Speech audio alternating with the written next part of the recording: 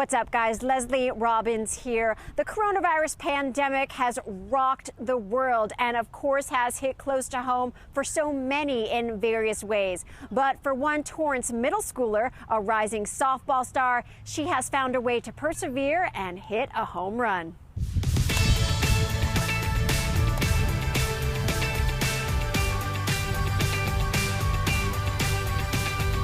Izzy Kakatian. Here we are at Wilson Park. You're home away from home. We are about 6 feet apart. We are masked up.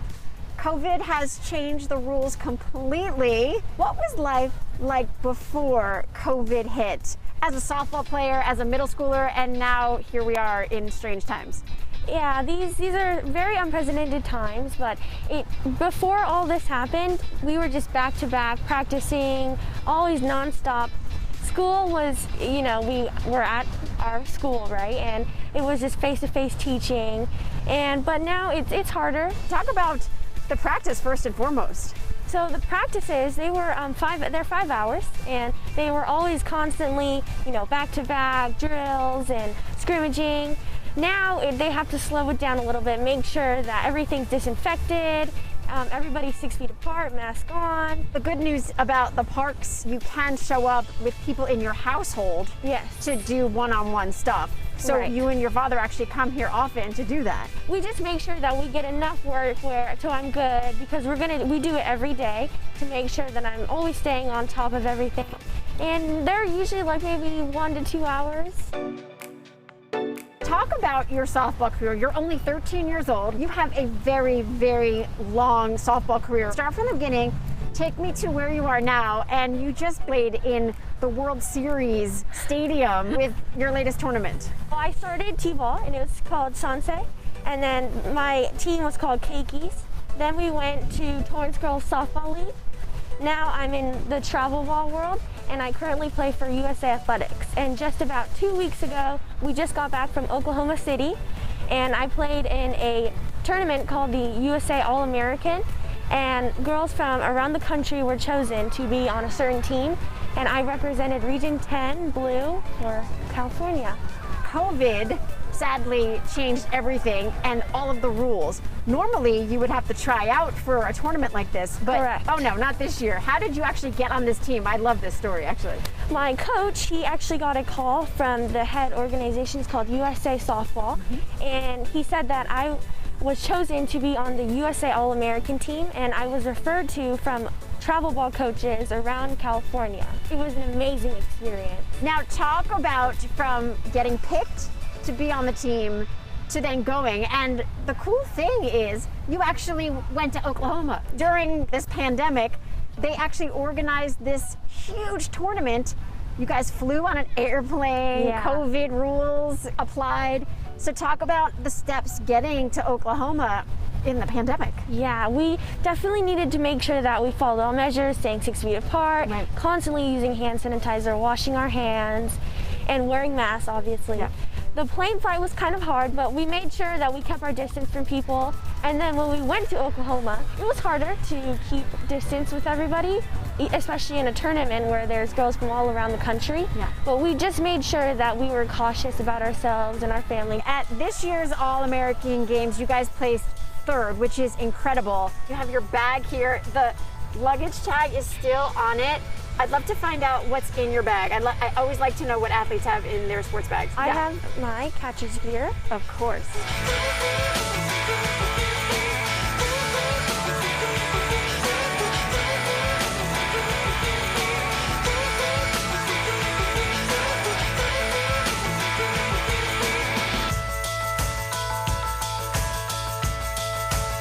So I'm a utility player, which is positions all around the dirt.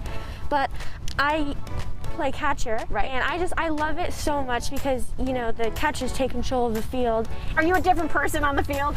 Yes, on the field I turn that switch on. I'm beast mode on the field, and then when I'm off the field, I make sure that I always stay humble and just be sweet to everyone and nice. The NBA, WNBA, MLS, everybody has started their seasons in their own way. Even tennis has just started. Yes. So break down how softball has kind of got their game back.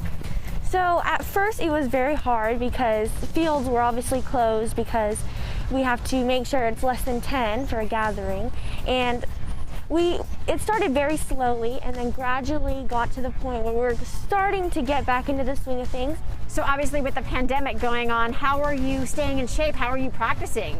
Usually we practice at a place called On Deck, but since that's closed of restrictions right now, me and my dad, we stay in shape by just going in the backyard, hitting into a net with a few balls, and fielding, throwing, catching, everything like that. We also come to Wilson Park to practice here on the side. Just me and my dad, we just do all the stuff that we need to do. Another thing you need to do consistently is your schoolwork. You are in 8th grade at Calle Mayor. How is virtual learning going for you? It was very hard in the beginning because it's not as easy as face-to-face learning with my teachers, but now I'm getting the hang of it and it's getting easier now that I know what to do. Now, as a student athlete, does it change your mindset at all? Yeah, in the beginning I was very nervous, but now I have a planner for myself just to keep on track. So I would do school from about 8 to 2, and then I go practice in the backyard with my father. So I just make sure that I'm always keeping it organized every day. What are the goals relating to softball? Varsity at South, what happens after that? There are many possibilities coming up in the future for me, but one big dream that I would really like to achieve is becoming a pediatrician. And that's actually going to be really difficult with playing softball. And I would love, if I ever had the chance, I would love to play college softball. But the biggest goal that I'm trying to chase is becoming a pediatrician.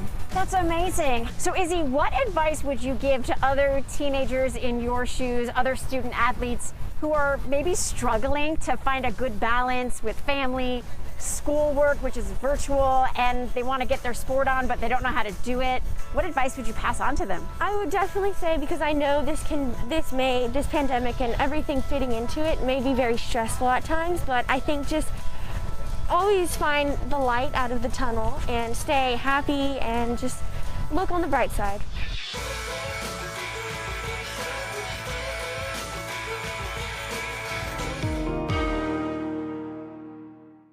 Hi, I'm Christine with Torrance Citi Cable, and today I want to introduce you to one of the newest stores here at the Del Amo Fashion Center called Mercy's Cakes and Cups. This is my mom's business, and we're so proud of her for finally opening her storefront. She talked about it for so long. For decades, Mercedes Bumpus worked her way up the corporate ladder while searching for her true calling. I knew I wanted to be in some sort of food service. So I started as a hostess, worked my way up to server and trainer, and did store openings, and then got into the management piece of it until I was general manager. And then in those years, decided I still loved it, but it wasn't my passion. She says she finally discovered her passion in her late 30s. It just all started with love. I was always in the kitchen. As time went on, I saw myself every holiday and every celebration for the kids. I was the one making the recipes. And so after family and friends seeing what the products were, they were like, hey, we think you're onto something here. For the past 3 years, the self-taught baker sold her sweets at farmers markets and provided catering for special events. She just did my wedding last year too. Did she give you a discount? Of course. Daughter discount. It took years for Mercedes to save up enough money to open her first store, but unfortunately, the coronavirus pandemic came right after her grand opening. We had opened initially in mid-March, a few days before quarantine. So it went from an extreme high to an extreme low in a very short amount of time. During the difficult days, Mercedes says her faith keeps her going. Ever since I was a teenager, I found the scripture Philippians 4:13, which is I can do all things through Christ who strengthens me. And that's literally what I've lived by my entire life. And so now in this time, which makes me a little emotional, but in this time, it's really true. You have to be faithful and know that this is your path and this is where, you're supposed to be. So even on those happy days, it's like, okay, good, let's keep going, let's keep mixing. And on those low days, it's, just get on your knees and pray and just know that, you'll make it through no matter what. And in light of George Floyd's death and the protests that ensued, George Floyd! George Floyd! Mercedes says she's thankful to be living during this unique time in history. Everything happens for a reason, and being in this unspeakable era of Corona and of Black Lives Matter that's happening now, I'm definitely proud to have lived through it. Although it is difficult, I'm able to have those conversations with my children, and they'll be able to in turn have those conversations with theirs. So it's pretty amazing to live through it too, when you can take a step back and say, like, wow, I was a part of that, or I lived through that. Mercedes' 4 kids have been with her throughout this entire journey. It's really exciting because then it inspires you to also try to pursue your dreams and do something like that. It's showing us to aspire for more and not to just settle for working for other people or doing things that don't make us happy. And her parents always encouraged her to dream big. They're very supportive. They're both entrepreneurs. My mom was a chef. My dad was an engineer. They've always had their own business. So the fact that I was going to follow in that footstep, was very exciting for them. So while these past few months have been a challenge, she's hopeful that things will look up from here and she can continue being a role model for her kids. I just hope to teach them to be happy.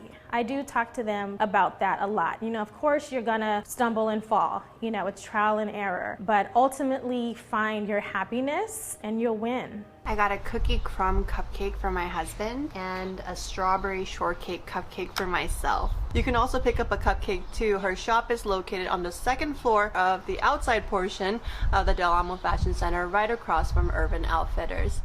Well, I'm back out here at Mercy's Cakes and Cups with Mercedes, and since we filmed that story, so much more has happened. Tell me about that. Yes, definitely. So we had another mandate to close down the malls, the indoor portion, and so luckily for us, we're on the outdoors, so we didn't have to close, although we've closed twice before for the pandemic, so that was somewhat of a relief. However, it still has lessened the foot traffic because, being in this huge mall and everyone knows that it's typically closed, then that, lessens the desire to come over. So we've definitely seen a drop, since the last mandate of closing down. Are you trying to do anything different to promote your business? Oh, definitely. We're very active on social media. We have our Facebook, we have our Instagram, where we're just trying to keep our products visible. The mall has also given us an outdoor market for the weekend, so that's been really great. So we're able to put up a booth, outside our colorful booth and have all of our products, and just reach new guests that way. How are you staying motivated? Because it seems like just as soon as you opened and until now, you're just going through one obstacle after another. It's very difficult. It's very difficult, because at this time, it just seems like, there's no end. Initially you just feel like, okay, there's a light at the end of the tunnel, and now it seems like that light is, kind of dimming. So it can be hard to be motivated, but again, just, believing in my faith and that this is my path and where I'm supposed to be. That's, what's keeping me going. Is there anything you want to leave our viewers with? Just, stay faithful. Again, just know that, this is happening for a reason, and eat cake. Well, thank you so much, Mercedes, for taking a few minutes to chat with me again. Definitely. And thank you at home for watching. We'll see you again soon.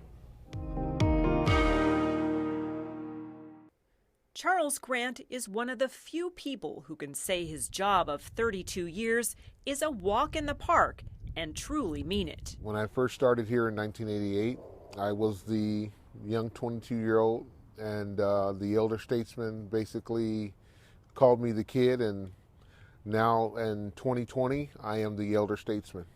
Although now a father himself, he's still young at heart when it comes to making sure the playground is safe for kids in the community. I like kids to be happy. I like to see them play. They'll get a kick out of me being so tall. While this gentle giant still runs into park regulars, because of COVID restrictions, he doesn't see kids around the playground these days. Instead, he spends much of his time making it clear to visitors the equipment is off limits. With gyms and other gathering places closed, he takes his role seriously when it comes to keeping the park clean and safe for Torrance residents to recreate. There are 34 parks in the city of Torrance, and Charles oversees 5 of them. He believes each one is an extension of his own backyard. We'll get here at 6 a.m. in the morning. We'll go and start with the bathrooms, start with debris, check our play equipment, make sure it's safe, make sure there's no hazards, which is very important, like glass or broken trees or broken branches or something down that the public can get injured on. The work that Charles does and all of our park services folks do, from my eyes, I think they're heroes. Most of the work they do is so quiet and so understated and so important to the community. Millions of people come to the parks every year, and it is these few guys and gals, only about 30 to 40 people who manage 34 parks and all of the amenities, all of the playgrounds, hundreds of trash cans, 200 plus acres of grass, every edge that you see cleaned, every surface you see cleaned, every bathroom you see cleaned, really all the pest control that is done, all the trees, over 4,000 trees that are taken care of. And because of COVID, Grant and his team have doubled down on the cleaning. It has really changed the way we do business. We spend a lot of time with cleaning surfaces, making sure the bathrooms are clean at least once, but sometimes twice a day. And also the drinking fountains. Any place that there's touch points, we focus on those points and make sure they're clean. Occasionally, Grant is required to go beyond his job description. He recently spotted a man in the park down and went to his aid. Charles was able to get through the fence and be able to pick the man up, get him upright, and get him connected with his family who was in the house. Also got him into the car so that they could immediately take him to the hospital. Charles probably saved this guy's life. But to Grant, it's all part of a day's work. If you enjoy it and you make it enjoyable, it's a wonderful job. Any job can be, wonderful, but you have to enjoy it. You have to really put yourself into it. Grant's backyard may be a little bigger than most people's. His wish is that others will see the parks as their backyard too. For Torrance City Cable, Colleen Farrell.